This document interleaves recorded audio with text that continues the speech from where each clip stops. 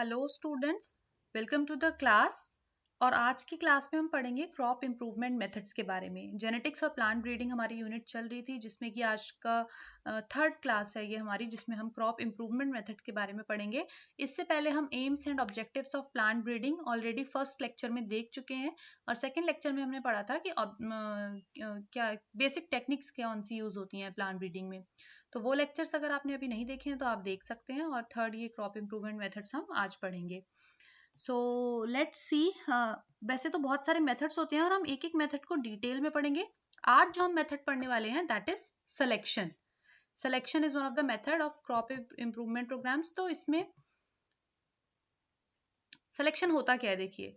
Selection is बहुत ही important step होता है ब्रीडिंग एक्सपेरिमेंट में, जिसमें हम क्या करते हैं कि जितने भी हमारे पास क्रॉप प्लांट्स हैं उसमें से सबसे जो बेटर वंस होते हैं, सबसे अच्छे क्रॉप प्लांट्स होते हैं, उनको हम पिकअप करते हैं, उनको हम चूज करते हैं, उनको हम सेलेक्ट करते हैं। उसी को हम बोलते हैं सिलेक्शन। सेलेक्ट जो हमने प्लांट सेलेक्ट कर लिए, अब उनको हम क्या कर देंगे, सेपरेट कर देंगे। जो बाकी के बचे हुए इंफीरियर प्लांट्स हैं, मतलब जो थोड़े से आप कह सकते हो नॉट बेटर है ना, जो इंफीरियर है, जो कम थोड़े से अच्छे हैं, तो उनसे आप सेपरेट करोगे। और फिर उसके बाद क्या कराओगे, अंडर द कंट्रोल कंडीशंस आप रिप्रोड्यूस कराओगे, और उसमें से फिर वेराइटीज डेवलप होंगी। तो सेलेक्ट करने के दो तरीके हैं। दो तरीके से आप ऐसा काम कर सकते हैं कि अच्छे प्लांट्स को पिकअप कर सकते हैं इंफीरियर वन से। कौन से दो टाइप के सिलेक्शन है, प्योर लाइन सिलेक्शन है, mass selection. So these are the two pattern of selection, जिसमें से कि आप क्या कर सकते हैं कि सिलेक्ट कर सकते हैं कि कौन से प्लांट्स अच्छे हैं।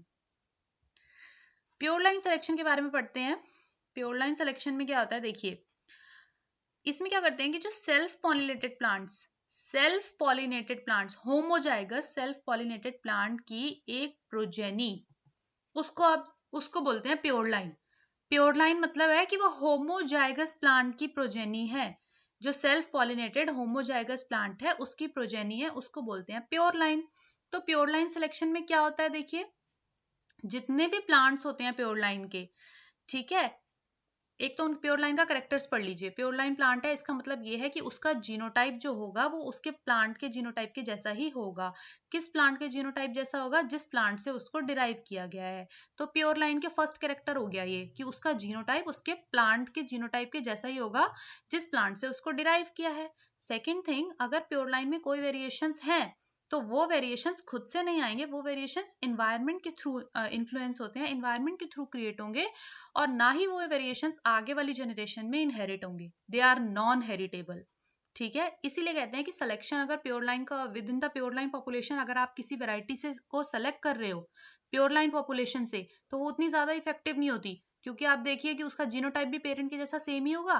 वेराइटीज जो है वो होंगी ही नहीं, अगर थोड़ी बहुत हुई भी तो इन्वायरमेंट की वजह से होंगी, और वो आगे वाली जनरेशन में इनहेरिट भी नहीं करेंगी। थर्ड कैरेक्टर ये है कि प्योर लाइन जो आपने लिया, अगर उसकी प्रॉपर हैंडलिंग नहीं हो पा रही है, अगर उसकी केयरफुल हैंडलिंग नहीं हुई, अच्छे से आपने उसको तरीके से नहीं रखा है, तरीके से नहीं उस पर वर्क किया है, तो मैकेनिकल मिक्सचर या नेचुरल हाइब्रिडाइजेशन या म्यूटेशन किसी कारण की वजह से उसमें क्या हो सकता है, जेनेटिकली वेरिएबल बन सकता है वो प्योर लाइन। ठीक है, टाइम के साथ साथ। तो ये थ्री मेन कैरेक्टर्स हो गए प्योर लाइन के। अब प्योर लाइन को आप यूज कैसे कर सकते हैं, उसके क्या क्या यूजेस हैं। जो प्योर लाइन आपने सेलेक्ट किया है उसको आप एज अ वेराइटी यूज कर सकते हो, अगर वो सुपीरियर प्योर लाइन है तो। अगर बहुत सारे प्लांट में से आपने एक सुपीरियर प्योर लाइन को सेलेक्ट किया, उसको आप कॉमर्शियल वेराइटी की तरह यूज कर सकते हैं।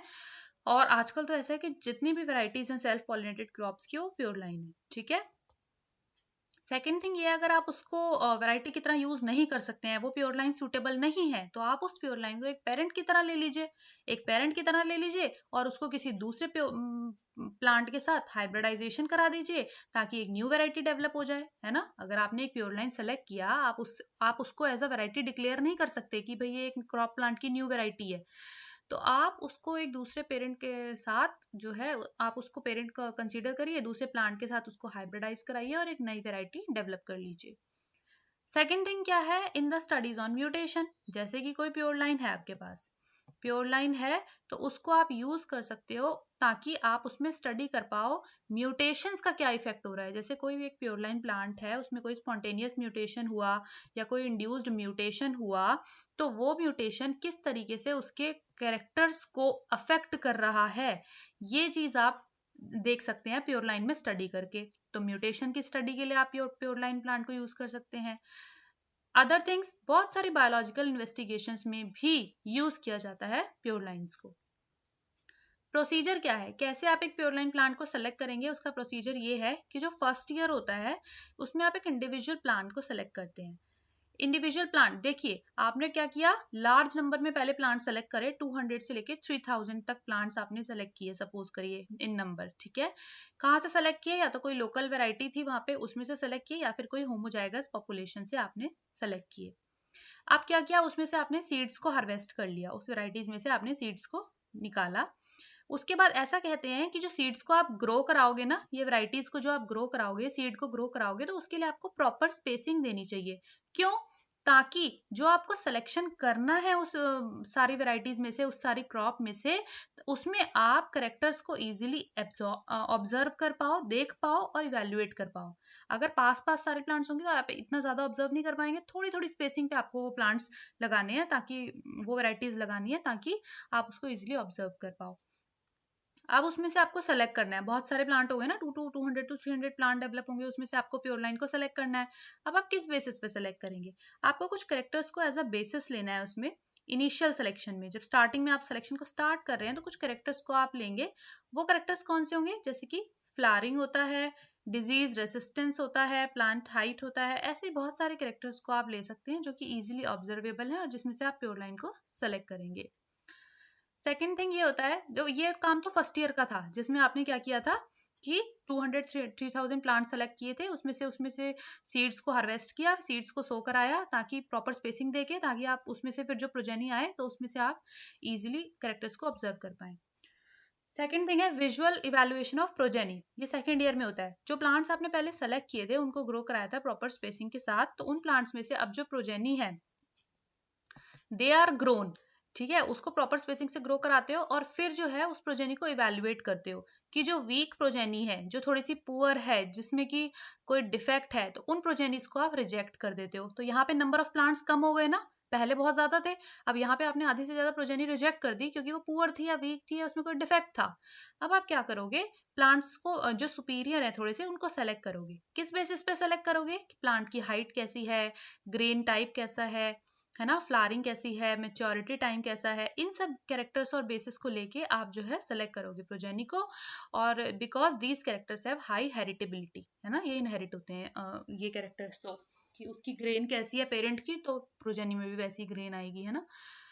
अब 3 to 8 ईयर्स तक आप क्या करते हैं, ईल्ड ट्रायल, रेप्लिकेटेड ट्रायल्स, एक के बाद एक ट्रायल करते हैं ईल्ड चेक करने के लिए।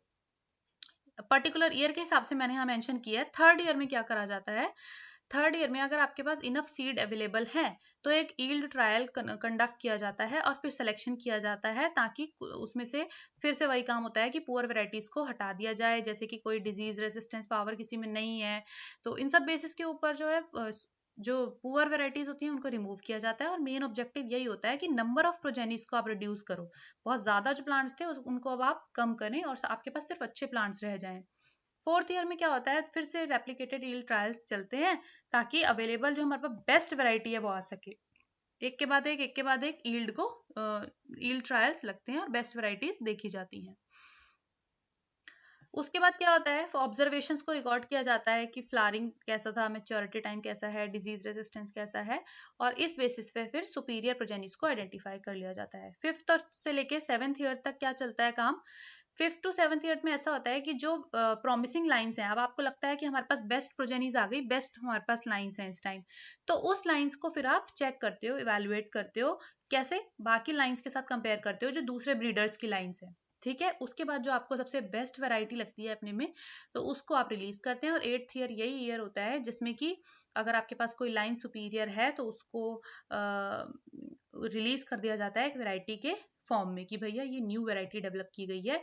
कैसे डेवलप की गई है, एक पॉपुलेशन में से आपने एक बेस्ट वैरायटी को सेलेक्ट किया है, ठीक है, तो this is pure line selection, और उसके सीड्स का मल्टीप्लिकेशन इनिशिएट कराया है और उसके सीड्स को फिर फार्मर में डिस्ट्रीब्यूट भी कराया है। क्या एडवांटेजेस हैं प्योर लाइन सिलेक्शन के? प्योर लाइन सिलेक्शन के ये एडवांटेजेस हैं कि maximum possible improvement over the original population, क्योंकि जो वैरायटी आप इससे डेवलप करोगे, ठीक है, वो बेस्ट प्योर लाइन होती है, तो कितनी बेस्ट या कितनी इम्प्रूव्ड वैरायटीज है वो यहाँ पे पॉसिबल होता है कि आप दे सकते हैं मार्केट में, कि इतनी इम्प्रूव्ड वैरायटीज आपने दी हैं। सेकेंड थिंग ये होता है कि वैरायटीज जो है एक्सट्रीमली यूनिफॉर्म, मैंने बताया ना कि उसमें कोई वैरायटी नहीं होती है, वैरायटी होगी भी तो इन्वायरमेंट से आती है, आगे इनहेरिट नहीं होती है, तो एक्सट्रीमली यूनिफॉर्म एक जैसे रहते हैं, तो इसलिए फार्मर्स इसको प्रेफर भी करते हैं। थर्ड पॉइंट ये है कि यूनिफॉर्मिटी इतनी ज्यादा होती है कि सीड चेक करके भी बताया जा सकता है कि वो इस वैरायटी का है, तो सीड सर्टिफिकेशन प्रोग्राम में भी उसको इजीली वैरायटी को आइडेंटिफाई किया जा सकता है क्योंकि वो एक्सट्रीमली यूनिफॉर्म होती है। अब प्योर लाइन सिलेक्शन की डिसएडवांटेजेस क्या है, देखिए सबसे पहले डिसएडवांटेजेस तो यही है कि जो वैरायटीज अगर आप प्योर लाइन सिलेक्शन से डेवलप कर रहे हैं तो उसमें अडेप्टेशन नहीं होगी, भाई जब उसमें वेरिएशन अडेप्ट करने की पावर ही नहीं है उसमें, तो ये उसका एक डिसएडवांटेजेस है, क्योंकि वो यूनिफॉर्म है, एक जैसे करेक्टर है, अगर कुछ चेंजेस आ गए वो अडेप्ट नहीं कर पाती वो वैरायटी, तो वो डिसएडवांटेजेस है प्योर लाइन सिलेक्शन का। अनदर पॉइंट ये है कि प्योर लाइन सिलेक्शन के लिए थोड़ा सा ज्यादा टाइम चाहिए होता है, क्योंकि अभी आपने देखा ना 8 ईयर्स तक चल रहा था प्रोसेस पूरा, स्पेस कितना ज्यादा चाहिए था, क्योंकि नंबर ऑफ प्लांट्स आपने स्टार्टिंग में बहुत ज्यादा लिए थे 200 to 3000, और उसके बाद उनको रिपीटेटिव ट्रायल्स लगाए थे, तो वो भी बहुत एक्सपेंसिव पड़ता है ना यील्ड ट्रायल्स। थर्ड डिसएडवांटेज ये है कि जो इम्प्रूवमेंट होता है वो डिपेंड करता है on the genetic variation present in the original population, कि कितनी इंप्रूव्ड वैरायटी आ रही है वो कैसे पता चलेगा, ओरिजिनल पॉपुलेशन का जो जीनोटाइप था, जो उसमें वेरिएशंस थी, उस पर ही डिपेंड करता है, क्योंकि प्योर लाइन में तो मैंने बताया ना वही जीनोटाइप आगे आता है, तो जो जेनेटिक वेरिएशन ओरिजिनल पॉपुलेशन में थी उस पर डिपेंड करता है कितनी इंप्रूव्ड वैरायटी आ रही है, कितना इंप्रूवमेंट हो रहा है। अनदर डिसएडवांटेज ये है कि breeders has to devote more time to pure line selection, breeders को ज्यादा टाइम देना पड़ता है, ऑब्वियसली 8 ईयर्स ऑफ टाइम था अभी हमने प्रोसेस में देखा, और उसके बाद जाके ये वैरायटी डेवलप हुई। तो ये सिलेक्शन में अभी हमने प्योर लाइन सिलेक्शन पढ़ा है, इसके बाद हम मास सिलेक्शन जो है वो पढ़ेंगे, तो वो भी सिलेक्शन में ये दोनों पैटर्न इंपॉर्टेंट है कि प्योर लाइन सिलेक्शन कैसे होता है और मास सिलेक्शन कैसे होता है। एग्जाम में आपके पास अब यहाँ प्योर लाइन सिलेक्शन से कोई भी क्वेश्चन आ जाए, इस नोट से बाहर वो क्वेश्चन नहीं जाएगा, क्योंकि इसमें आपको एडवांटेजेस डिसएडवांटेजेस, क्या कैरेक्टर्स होते हैं प्योर लाइन के, क्या उसके यूजेस होते हैं, क्या प्रोसीजर है प्योर लाइन सिलेक्शन का, क्या एडवांटेजेस हैं, क्या डिसएडवांटेजेस हैं, इसको मैंने पूरा कवर किया है इसमें, एक्सप्लेनेशन भी और नोट्स भी। नेक्स्ट लेक्चर में हम पढ़ेंगे कि मास सिलेक्शन कैसे होता है, और उसके नेक्स्ट लेक्चर में हम ये पढ़ेंगे कि सेकंड क्या वो है, क्रॉप इंप्रूवमेंट मेथड क्या है ना, क्रॉप इंप्रूवमेंट मेथड फर्स्ट हमने पढ़ा सिलेक्शन है, सेकंड मेथड क्या है वो हम बाद में पढ़ेंगे। So thank you so much for the class, please stay tuned and enjoy the lectures. Thank you.